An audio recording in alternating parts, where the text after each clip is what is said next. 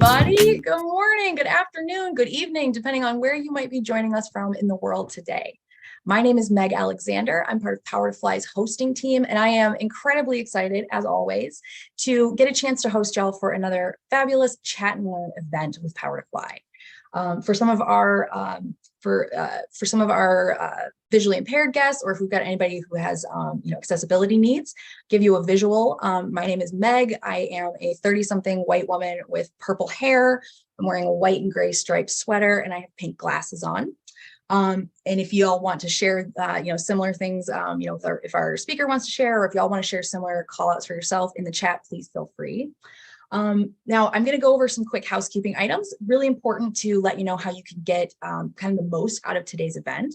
And these are really important points if, maybe you haven't been with us, maybe you've been, away and you're back for a new Chat and Learn after a while gone from us, in which case, hi, we're so happy to have you back. Or maybe this is your first event. And if that's you, hi, welcome. We're so happy to meet you. Now, the thing to know about these events is that they are all about you. It's about our audience members and making sure that you have every opportunity to participate and get the most out of today's event.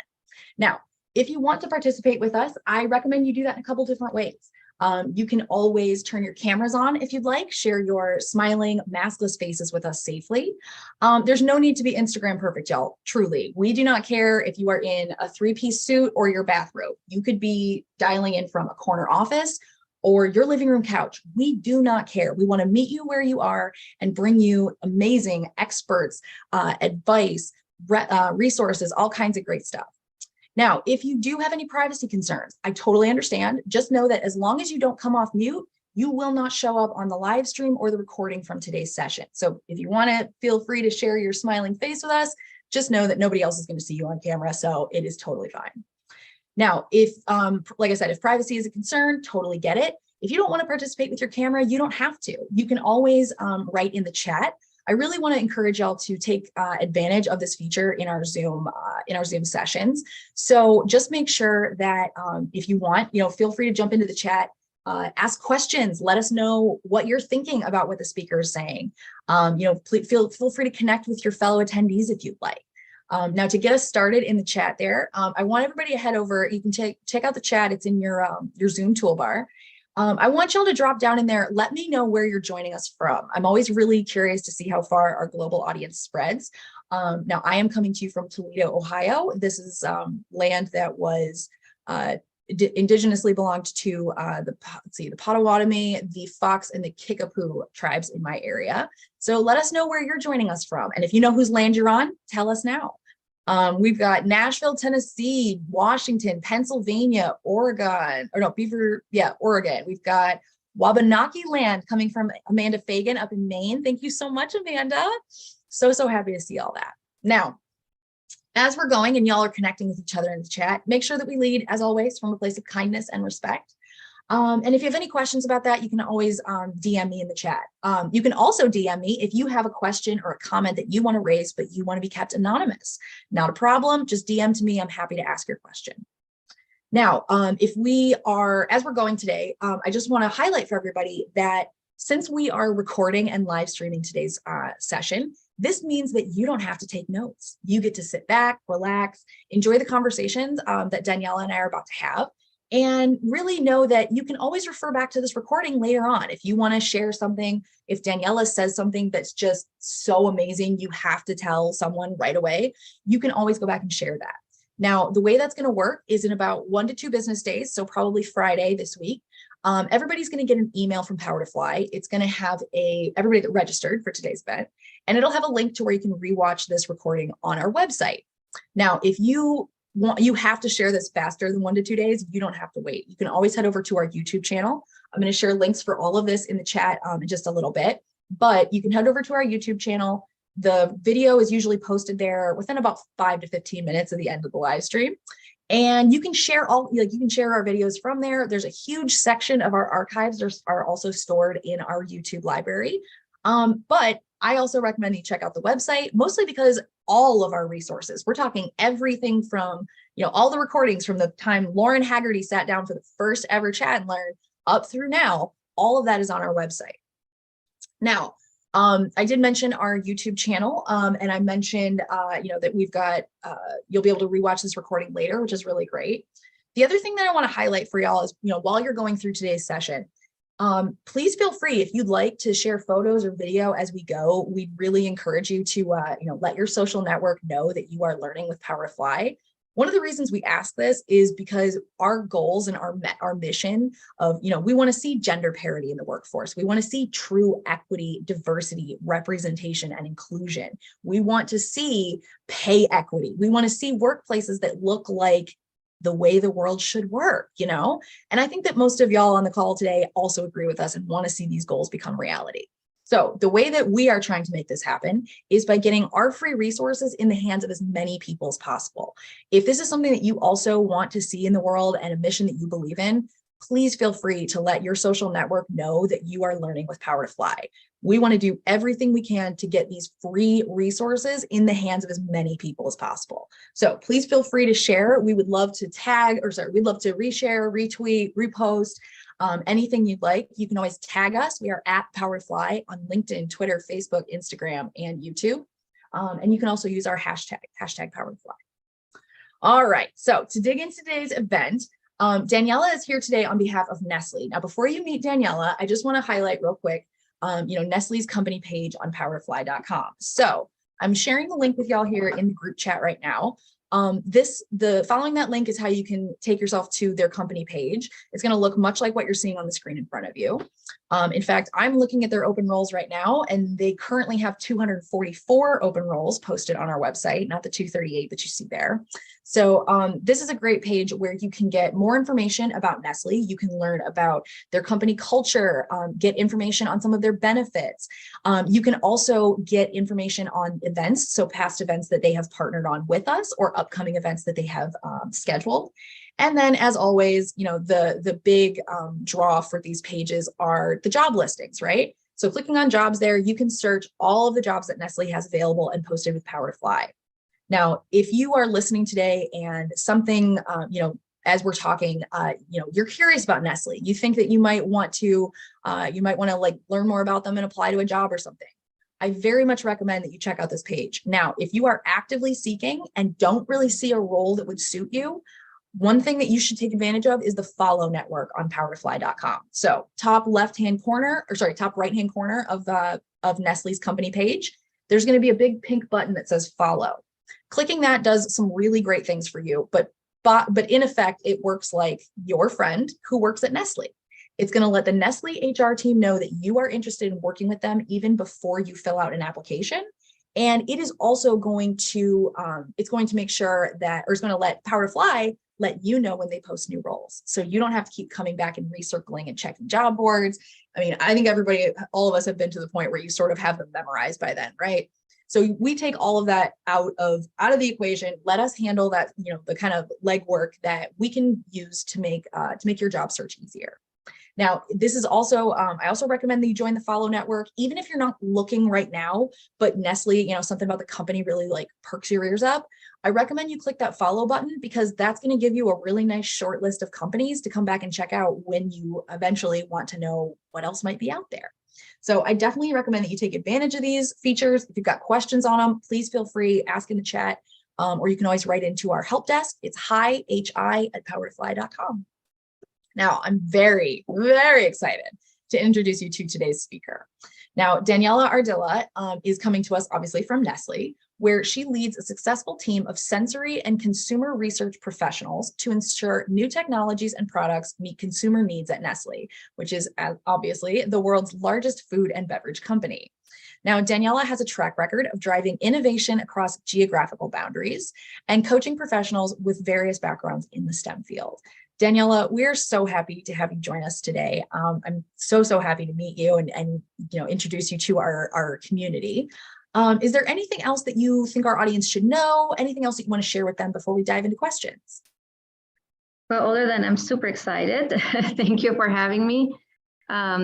Just super happy to be here and very passionate about helping other people and mentorship and all that kind of thing and what Power to Fly stands for, which is all this diversity, inclusion, something where I'm actually very active within the company. Absolutely love it. Thank you so much, Daniela. Okay, so as we go and dive into questions, just want to reinforce or highlight again for anybody who might have missed it. We are going to be going over and starting with the questions that y'all submitted when you registered for today's event. So what that means for you is that if you are here today, you took time out of your day to be here with us live. We want to reward you for that. And before we dive in even further, y'all, take a second, pat yourselves on the back, because you are taking an hour out of your day for yourself, and that is not an easy thing to do. All right, so congratulations to all of you for that. Just know that as we are going and doing, going along through today's event, you have the power to drive the conversation, and we want you to take advantage of that. So if you asked a question when you registered and you're not sure if we're going to get to it or not, ask it again in the chat. If we are going over one of your questions and maybe we're just not kind of attacking it from the right angle, maybe there's detail or context that you think we should know, send it in the chat. You are always encouraged to ask questions, share your comments. I want to know if your lived experience differs from what we're talking about. Please feel free to share. I love, love, love seeing all of the connections that can happen here. All right, Daniela, we had some great questions. So let's get started here. I want to dive in a little bit deeper into your experience about growing your career within STEM. A lot of people wanted to know, as you look back, if there were key moves that you think really helped with your professional development. So what was that experience like for you? What has your journey looked like so far? Yes, so Meg, yes, I have had definitely a couple of key important moves, but I can say that I started small, okay, and I have grown my way in. And what I have done to get there is always thinking of what skills do I have from where I'm coming, right, to where I want to be, and is there anything that's transferable that will help me be less afraid of the next position? Yeah, and so some of those key moves have been. I started a little bit with manufacturing as an entry point and R&D, always as an intern, kind of still at school. But you need to get your foot at the door, and that's so important. So that's the first important move. Like, don't be afraid of not getting the CEO job right on day one, right?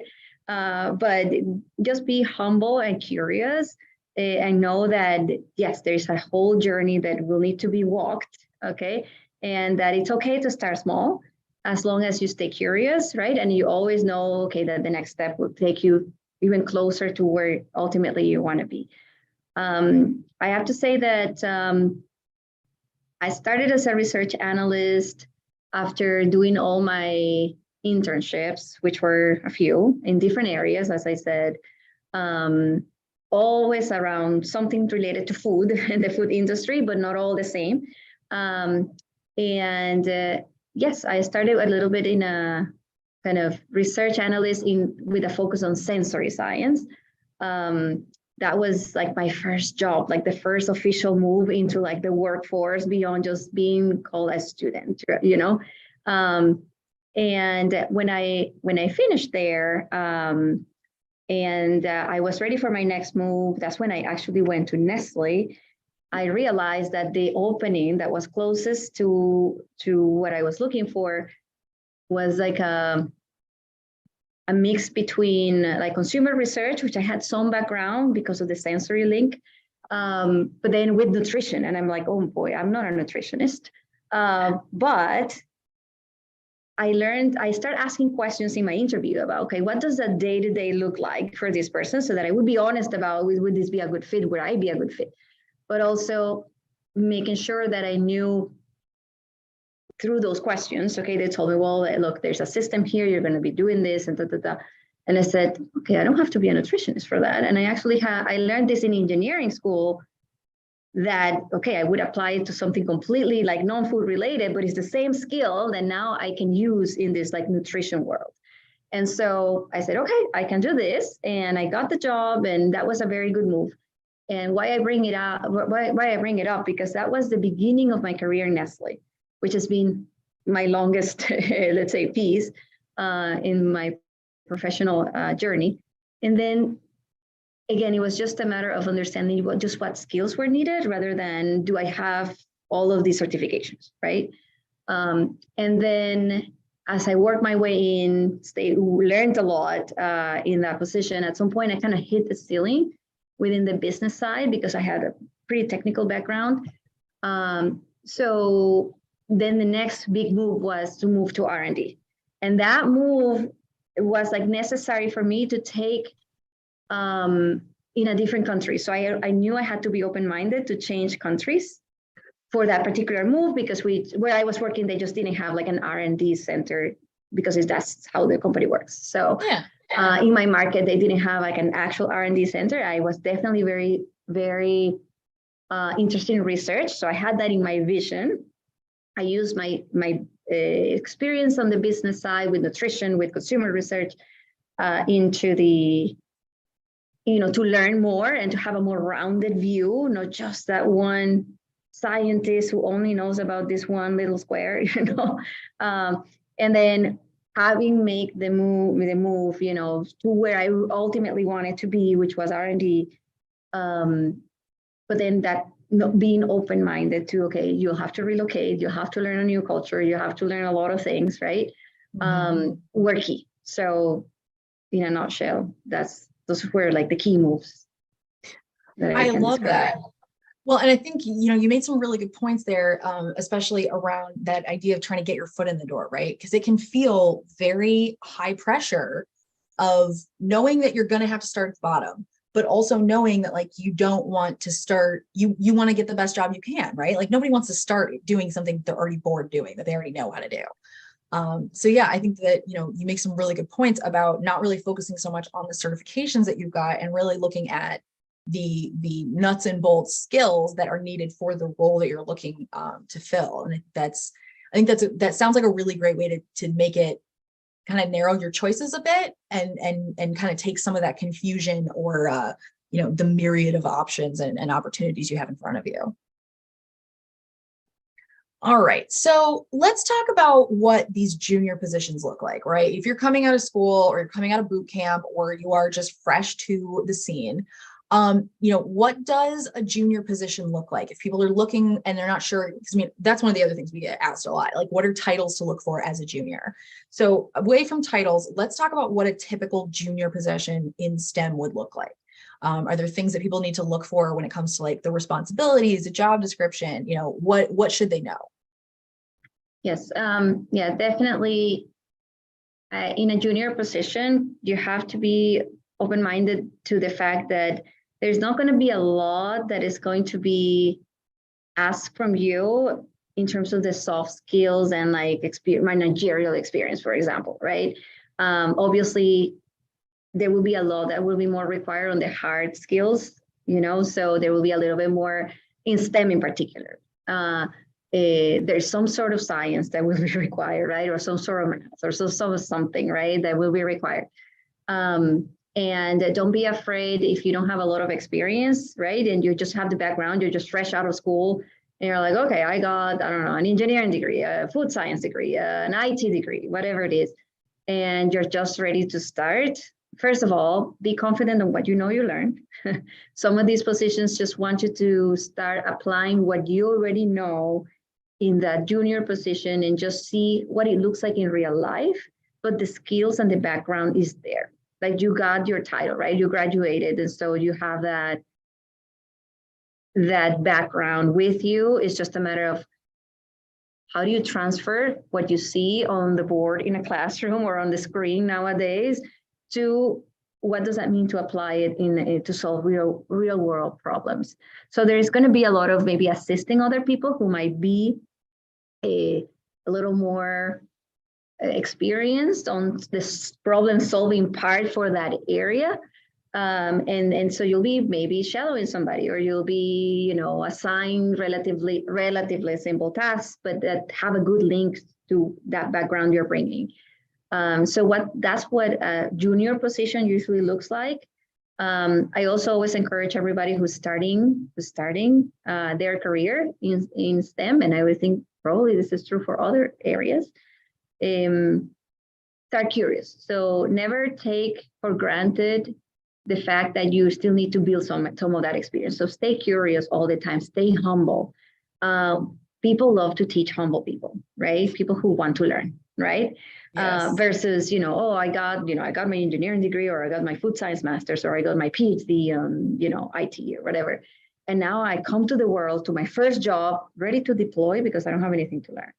Like that would not be what people are expecting in a junior position. Okay.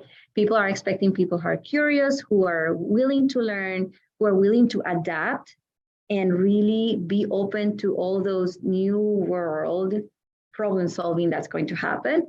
And then with what you're bringing, which again is with you, so please keep that confidence with you. Know that those positions are going to ask you sometimes to support somebody who has a little bit more of the experience on those problems that they typically get in that particular company. But that the background that you bring and your curiosity are going to be like your best friends in that junior position. Yeah, of course. Okay, so what other basic hard skills do you think people need to have?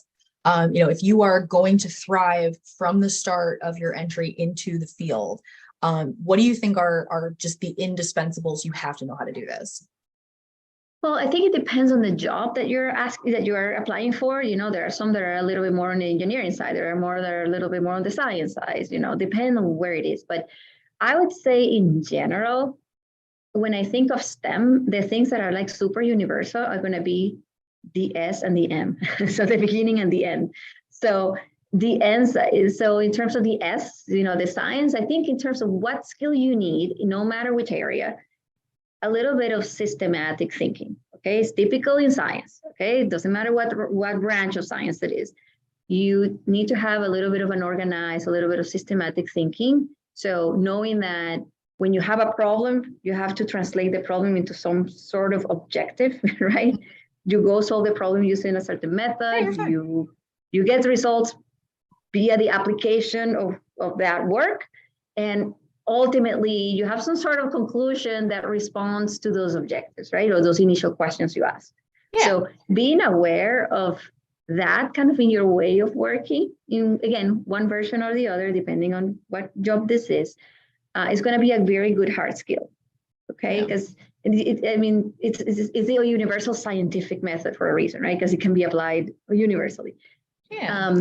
In terms of the M, I would say in STEM, there is usually some sort of math in whatever you're doing. Whether you're doing health sciences and you're collecting statistical data about patients and you're making sense of it, or whether it is, okay, you're an engineer and you're calculating something, right? What's the specification of a piece of equipment or whatever it is. So I would say in terms of hard skills, don't be afraid of your math, okay? Even if you were not great on all the math, right? There's that one of all the math that you took, there's probably one where you're better and that might be a better fit for you, but don't be afraid of it just because it's math, right? You were not afraid of it when you decided to study something that had to do with STEM, so even less now, right? You should be afraid of math. So your math and your scientific way of thinking are going to be good best friends as hard skills, across different jobs in STEM. Yeah, of course. Well, and so I work with Power Fly. My other job is I work as a seamstress, and I am honestly staggered by the amount of like basic math that I have to do on a daily basis, and like also the amount of like geometry and algebra that I actually do still use. And so I love what you're saying of like, kind of remember those building blocks, because like you can always look, there's websites you can look up to do a trig calculation or something if that's what you need, but knowing how to have those like those base models. I mean, even the science thing makes a ton of sense. Like if I'm looking over a garment to figure out what I need to do to it, like I have a specific, kind of path that you follow of like, check all the things. Is this wrong? No. Okay. Make a list of things you got to fit, so I very much appreciate that idea of like pulling these facets from different areas within the STEM field to really level up your own skills. All right. Now, on the other side of the coin here, people like to ask about soft skills. Now, when it comes to soft skills within the STEM field, what do you define as a soft skill? I know there's a lot of people that tend to use it not necessarily pejoratively, but like these get discounted, right? People kind of, it's like, it's a soft skill as like a nice to have. What do you think are soft skills that are very important within the STEM field?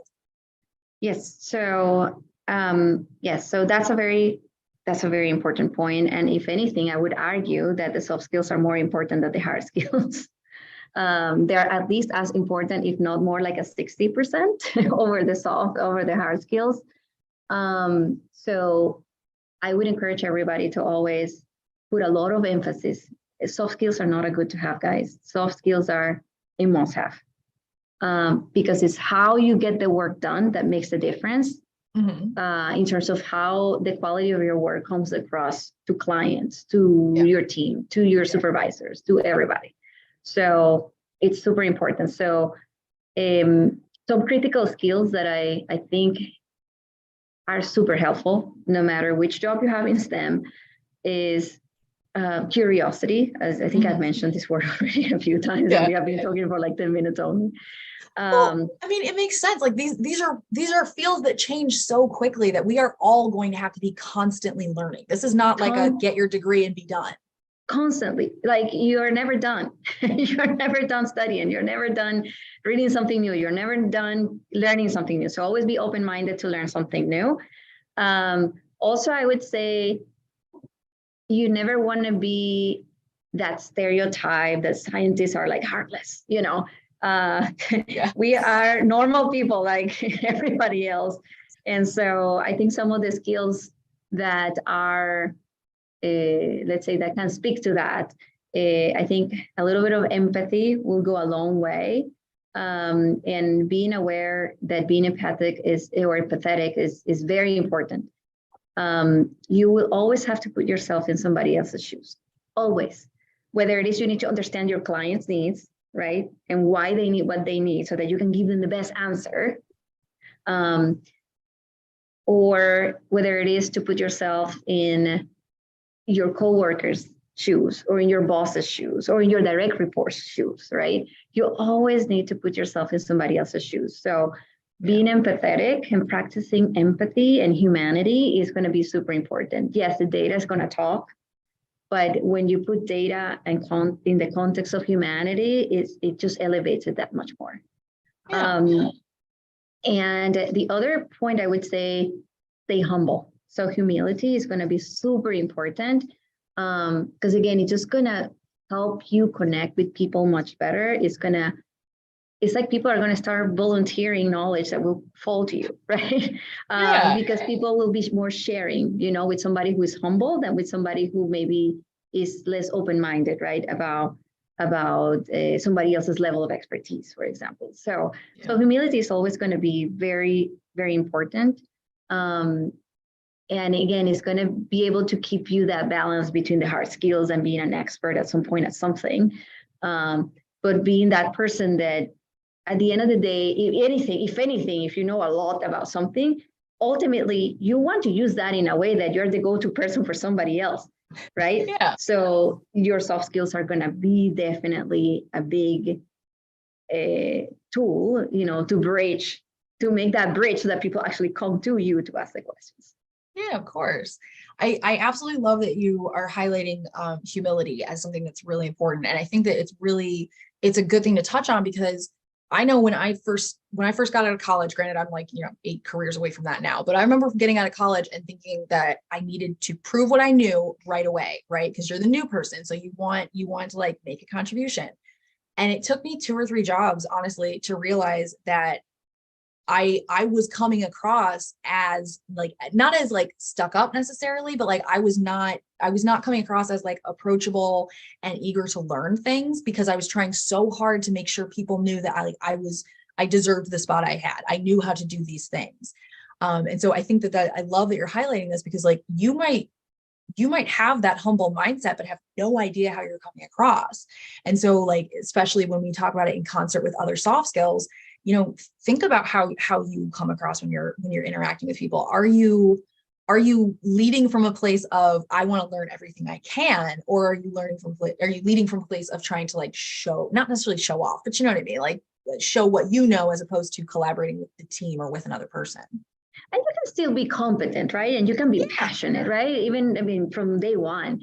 It's just that like you say, how do you project that, right, on others in a way that people actually want to with you kind of take advantage of that? Or is that something that's actually going to drive people away, you know? Yes, yes, absolutely. Now, the question that we got in as part of this, like during registration, somebody wanted to talk about in specific the idea of somebody moving from a position as an IC or an individual contributor into management. Do you think there are different soft skills that are key to that transition in particular? Yes, I think in terms of soft skills to become a manager, first of all, I think compassion is going to be a big one, okay? Because you're going to be now leading probably some people, right? When you go into management. Again, that empathy needs to be like to the roof to be that person that people will feel like they want to report to, okay? Not that people get to choose their bosses, right? But people are free to leave, right? Oh Under yeah, your people. supervision. So, especially in a world like today's job market, right, where people have a lot of choices. So to be a good people leader and to be into management, I think empathy is going to be super important. Compassion is going to be very important. I would say being organized is also going to be important, right? Nobody wants a boss that hits like a moving target every week.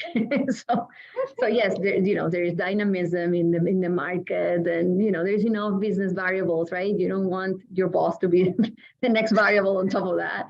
Yes. So being organized, and very, very, very important is to brush up your listening skill. Being a good listener is huge to be a manager. And this is not just because you'll have direct reports, you also need to listen to the next layer of management above you, right? To be able to respond to the needs of the larger organization. So you really have to be a good listener to be a good manager, I would say. Honestly, and that's a difficult skill to master. I feel like a lot of times when when you think that you're listening, we're not actually listening, right? We're sort of waiting to for our turn to speak. And I think that kind of goes hand in hand with what you're talking about being curious, because like if you are talking more than you're listening, it's probably because you think you don't, nobody's going to tell you anything different than what you already know. But if we're leaning into that curiosity and trying to emphasize that and make the most of that in all the ways that it can help us, like this is another aspect of it. Yeah. Cassandra, go ahead, please. No, I was just gonna say I just felt so identified with what you said, because especially earlier in my career, and of course we're all in our own journey, but particularly early in my career, I had that thing that I thought I was actually coming from a good place of listening by just like replying all the time, almost like waiting for my turn to say something, but it was a way for me to show that I was engaged. And later with time, I realized through some reading and, a little bit brushing up my soft skills, that actually that's not necessarily always active listening, And so a little bit of reading helped me understand that, yes, sometimes you need to talk less, and listen more. Yeah. And that's also a way of showing engagement. Yeah. And like you're finding that spot where sometimes people are going to bring you their problems. They don't actually want them solved, right? Sometimes you are just supposed to be listening. And so I think that is a really, really great thing to keep in mind, because like if you are listening more than you're talking, hopefully the people are going to, people talking to you are going to tell you what they want. And then that, gives you some place to move from. But yeah, it would also, it's also just a huge skill to have in general, to exist as a person on this planet. Cassandra had chimed in the chat saying, totally agree on the importance of soft skills. I don't think I've ever worked on a project totally alone end to end, and being able to connect with and lean on my team was key because I can't do everything. And I think that Cassandra makes a really good point. This is how people get into that kind of control mindset, because, well, it's just easier for me to do it myself.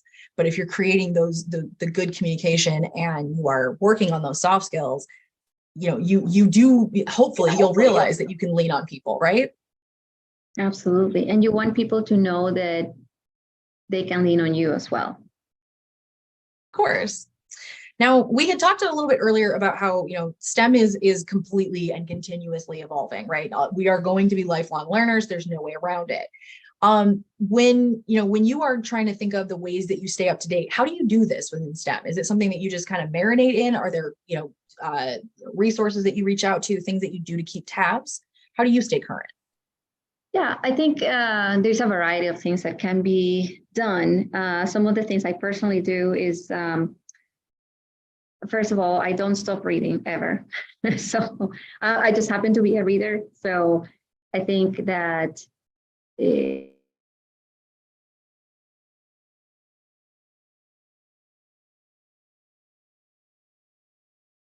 that I do is to attend events where you get to see the latest and greatest, right, of whatever's happening in your field.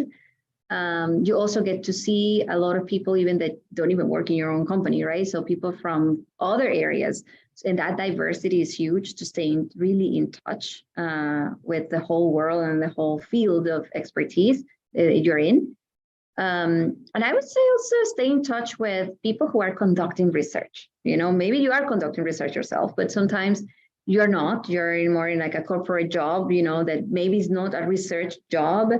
But sometimes there are opportunities within your own job to stay in touch with those who do research. Okay, so whether it is with academia, so maybe you can host an intern from, you know, some research program in a master's degree or whatever, you know. Sometimes you can also stay in touch with people who do research, who happen to be your suppliers, you know, because they want to offer you the next generation of this product that they have been offering to you, or this service that they have been offering to you. So sometimes those companies sometimes are looking for kind of a sponsor client who would be willing to do a joint research. So that's also very exciting, not only because you would really be on top of the latest as it happens, okay? But you also have a very good contribution to the field overall, and that can also be very rewarding. And it's a good way to stay in touch with the latest. So even when a new technology is not fully refined, you know, is there something within your power that you can do when you get approached by people who are refining the technology, so that you're part of the team, right? And you actually get to see firsthand the development before it even goes out to the rest of the world. So be part of it, stay on top of it, learn from the people in events, you know, such as conferences, symposia. Sometimes there's so many free webinars, okay? And I will also say, don't underestimate the power of all the online resources that are free. I mean, we live in an era of information. I mean, just take like Coursera, take like so many platforms that exist out there where you can just continue to stay up to date for free. Really, it's amazing what all we have access to these days. Yes. Oh, absolutely. That's one of the things, like my first go-to if I'm trying to learn how to do something new, YouTube University. I'll like check it out, see what, you know, see if there's people that have already done it and can show you how. And, you know, especially within the STEM field, there are so many other platforms that you can absolutely, you know, find the people who are making big waves and are doing the things that you are interested in doing. You mentioned, you know, kind of staying connected to colleagues. When it comes to your professional growth, do you think that networking and things in that area have played a big role? Absolutely. Yes. Networking is super important, I have to say. First, I would say that in terms of networking, when you start your career, like your first network is going to be your team, right? Like your direct team, your project team or your department, like that's going to be your first network. So make sure you really start building your relationships there. Mm-hmm. From there, your work is going to start speaking for yourself, right? So it's going to be extended out to your clients, right? To whether they're internal or external. Build good relationships with your suppliers as well, whether those are like materials or services that they provide for you. And like you see already in like 20 seconds, we already have like a relatively big network of people. And then continue, you know, don't underestimate maybe the possibility of having a coach within the company or a mentor, or try to ask your local HR, you know, is there any mentorship program? Is there any coaching program? And if there isn't something like super official, there are companies out there, you know, how sometimes you get budget to take a course, you know, well, I want to use my budget for a 6-month coaching, professional coaching, for example, with an outsider company. So building your network and is definitely super important. Sometimes opportunities come that you were not even looking for just because somebody knows you and they thought about you for an opportunity that might be your next career move. So yeah, super important. Well, and think about it, the relationships that you're creating and fostering and growing as you ask and network and gain mentors and learn from people, these are skills that are going to be hugely impactful, but the connections that you're making, you might not be the one that benefits from them. Maybe you are the person that helps connect somebody else in the ways that other people have helped connect you. So I think that is a really good thing to highlight, is that, even if you don't think that you're making useful connections for yourself, you very well might be. Relationships are important, and you can never tell at a glance what someone's going to be able to do for you, or what changes or differences or whatever they might bring into your life. So I think that is a really wonderful thing. Now, for people who, maybe you're new to the field, maybe you are just fresh out of school, and the idea of networking, like the term just sounds heinous, right? Like I hear networking and immediately I'm like, okay, like a weird mixer, and like you have to have a glass of something in your hand, but you're trying to be professional. And like, you know what I mean? It conjures up all these very weird, like formal, like pictures or images for me. If somebody's nervous about networking, or the idea of it is just kind of like, I don't know how to do that, what is something that is networking that people would not think of as networking? Like, oh, that's easy, I can just do blah, blah, blah. That's networking? Well, I would say sometimes people think that networking is always, to reach out and learn from others, which is part of it, right? But I think sometimes it's also even sharing about yourself, the first step for networking. And maybe we don't go there first when we think about networking, but sometimes when you share about yourself, it goes a long way to open up, to other people, and then people will open up to you as well. Yeah. I think always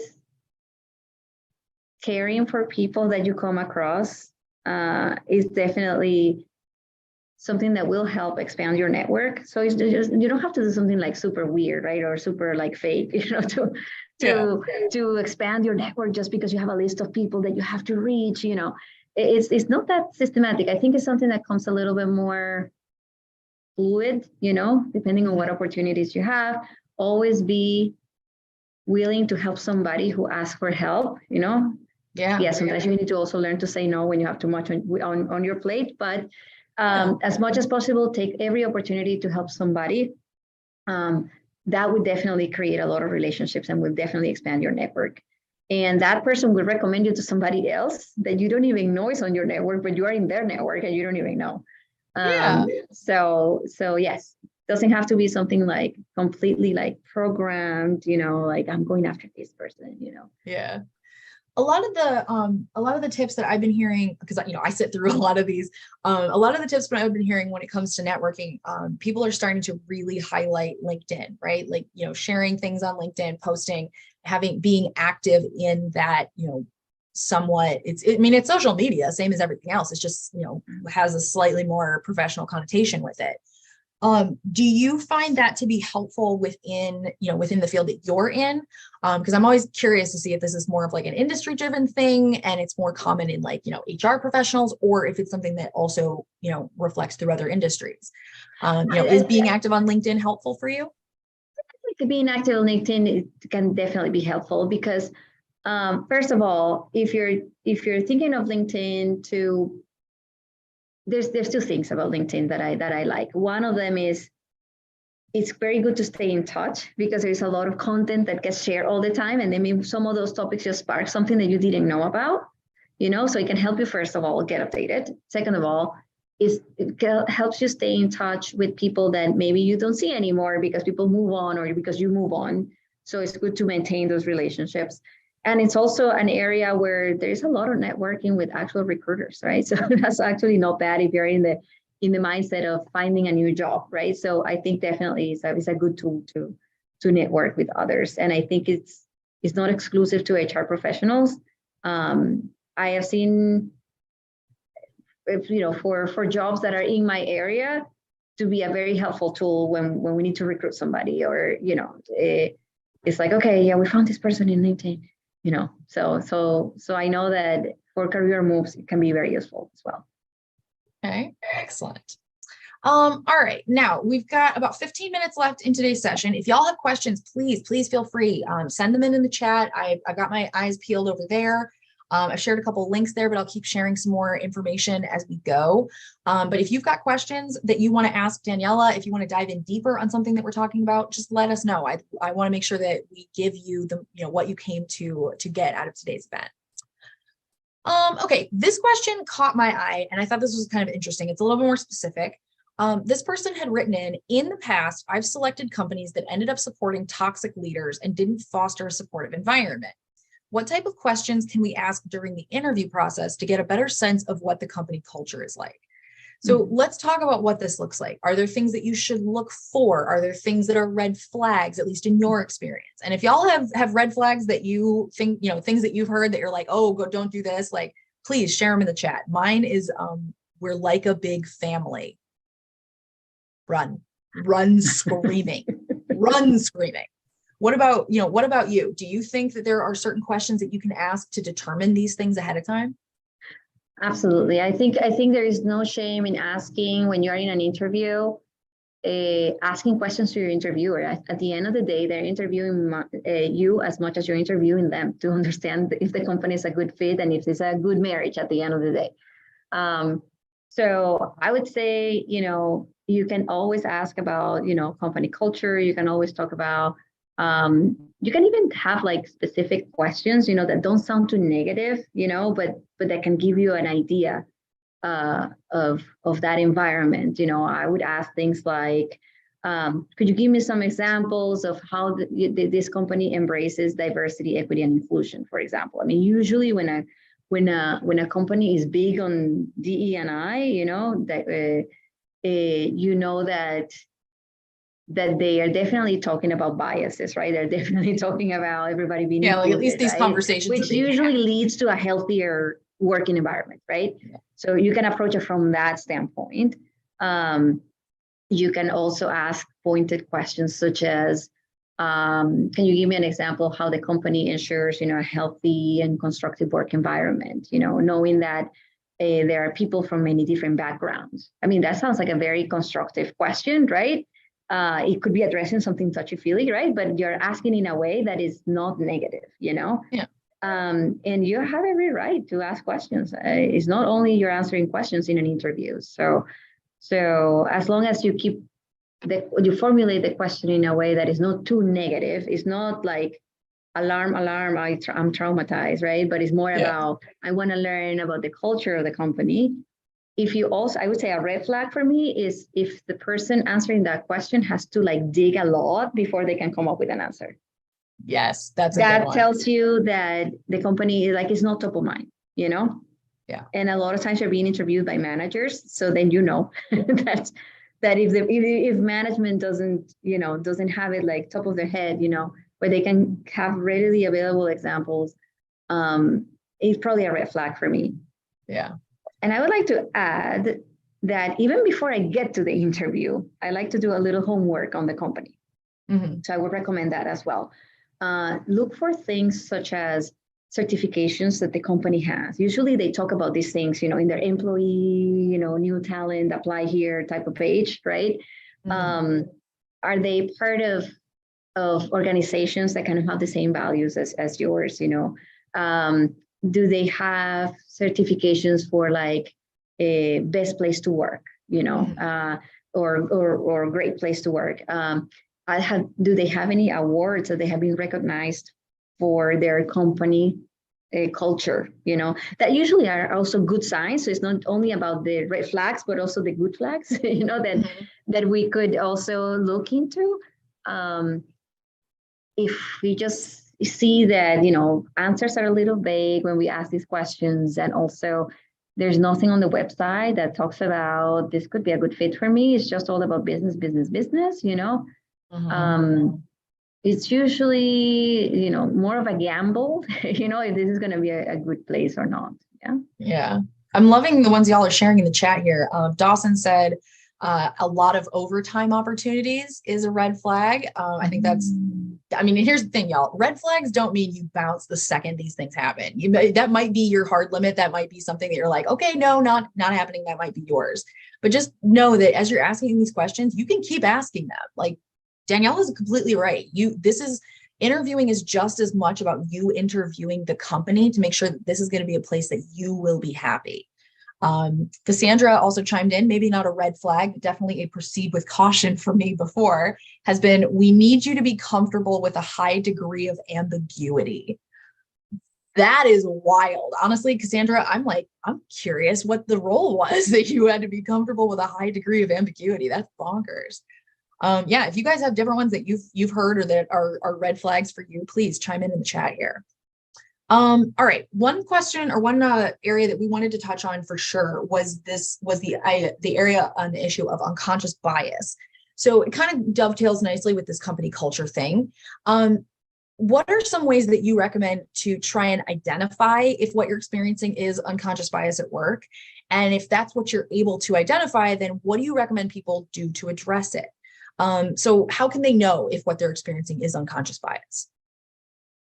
Yes, for me, I would say one way of recognizing unconscious bias is, first of all, is it a one-off thing, right? Because somebody can have a bad day, or is it something repeating? Is there a pattern behind, right? Then I start thinking, yes, it might be a bias. Also, I think when it comes to unconscious bias, it goes a long way whether you're thinking first of your own unconscious bias before projecting unconscious bias on, the world against me kind of thing, right? Because we all have it, like literally every single person. Absolutely, to some extent, right? Yeah. And so I try to start with myself and build that self-awareness that I may have unconscious bias in some areas. I think how to address it, sometimes even how to identify it. Sometimes I just proactively just ask somebody for feedback, and it just takes a little bit of courage, and of course asking somebody that you can trust. Yeah. Because sometimes, I mean, the whole word unconscious, right, says that sometimes we may not even notice we have them. Yeah. So for example, I'm a female, I'm a short person, and I have an accent, right? So if something like, I don't know, happens to me that is uncomfortable, I don't want to gravitate to that to justify that I'm totally fine and it's the world against me. So first of all, I need to be aware of my own potential bias and how I'm perceiving a situation. But sometimes you do recognize that some people do have a pattern that you are seeing and it's repetitive and it's always towards a certain trigger, right? Mm-hmm. Whatever that trigger, whether the trigger is demographic, whether the trigger is behavioral, whether the trigger is something. Yeah. So, okay, yes, first of all, identifying it, but then addressing it. Addressing it, I think, requires, first of all, to know that you're in the right environment, number one, right? Are you in the right company, right? Does the company even care about it, Yeah. Because everybody can say it on paper, but does the company truly care about it, right? And is there accountability for it? Mm-hmm. So I think being choosy with your company, if you really care about bias, is going to be also a factor. Mm-hmm. But other than that, yes, you can also try to address it for what it is without being disrespectful, right? Yeah. So something that I do sometimes is when somebody brings a sort of a generalization about something, or a group of people or a person, like, oh, this person again, and kind of roll eyes, kind of thing. I always try to give the counterexample to that. Mm-hmm. So when somebody brings a generalization about, I just make the example, all short people, like I can't even notice when they are in the room, for example, then I'll be the person who might say, I don't know, that's kind of a silly example. But I might say the person who says, oh yeah, but John, except for John, I would say, because I think, for example, when John comes in the room, I think everybody knows that he really has a lot of presence. So I would be the person who's trying to look for that counter example. And I think it kind of helps some awareness and some perspective to the person saying the generalization that yes, not everybody is like that, Yeah. or not everybody with a certain characteristic or a certain feature is like that. Yeah.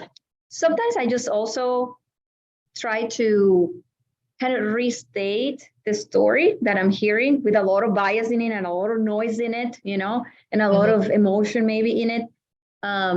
First of all, to show that I'm listening. So it's a way to say, okay, so I'm hearing this and I'm hearing that and I'm hearing that. And then when I do this and that, those steps, I just make sure I get rid of all the noise that I heard.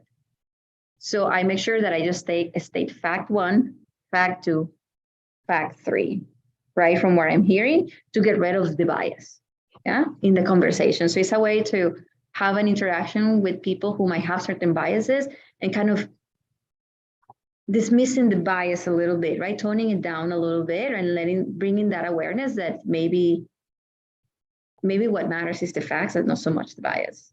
Yeah. I like that. I think that's a really, I'm loving all of this. If y'all are also, please chime in here. Let us know, what you're thinking about what we're talking about. Cassandra also chimed in saying self-reflection and continually trying to find training opportunities like webinars, articles, books, whatever your preferred mode is so important for me. In a training session the other day, we were learning about blind spots and I had to stop and go, dang, even with all this information I'm still trying to consume, I definitely still have blind spots. And honestly, like we all have them and you might have one and try and think you got rid of it. And there might be another one that pops up, but these are, it's the work that you have to do to exist as a person on this planet. There are certain things you got to learn how to do. And this is one of them. So I think that is absolutely wonderful to try and think of it in ways like that, try and think of reframing, try and think of, is this, am I seeing something because I'm looking for it, or am I seeing something because it's there? Right. All right. If I may add, because I thought that was very good add from Sandra. Yes. So stay on top of the topic, right? Because it's unconscious. So the more awareness you have, everything starts with awareness. One last thing I would say, don't let the bias of other people define you. Yes. I think it's also very important. Yes, feedback is important. But I would also say, don't identify if it's really a bias or if it's really that's something that you have or you need to work on. But if you feel like it's just bias, don't let that define you. Be sure of who you are also. And again, try to address your thing individually, but don't let other people's bias define you. Oh yeah. Well, I mean, there's only so much you can do, right? And so you can't force people to change their minds. You can't force them to like you or to, act a certain way. So yeah, I love that idea of like, just know what you can control and don't focus on the things that you can't. Yeah. Loving this. All right. We have 2 minutes left. The time always goes way faster than you think it's going to. The questions that you see in front of you are some questions that we had asked Daniela about the company culture at Nestlé. I'm really curious about your favorite part. Most people, like a lot of the time we hear like, oh, my coworkers are my favorite part, or like the taco bar on Tuesdays. We've got all kinds of answers. Yours, can you dive in a little deeper on this? What is it about that impact that makes it your favorite part about working at Nestlé? Yes, the fact that Nestlé is such a big company, gives you the opportunity through the services that it provides, through the products that it provides. You are part of people's dinner, right? You're part of people's life, through the day somehow, right? Or you're part of, people's life either with their baby, during pregnancy, during a later age in life, or you're part of their holidays. You're part of people's life, and you're impacting a good, let's say, you're impacting those good moments that people look forward to, whether it is their daily coffee or chat with a friend over a certain, product or food or beverage, right?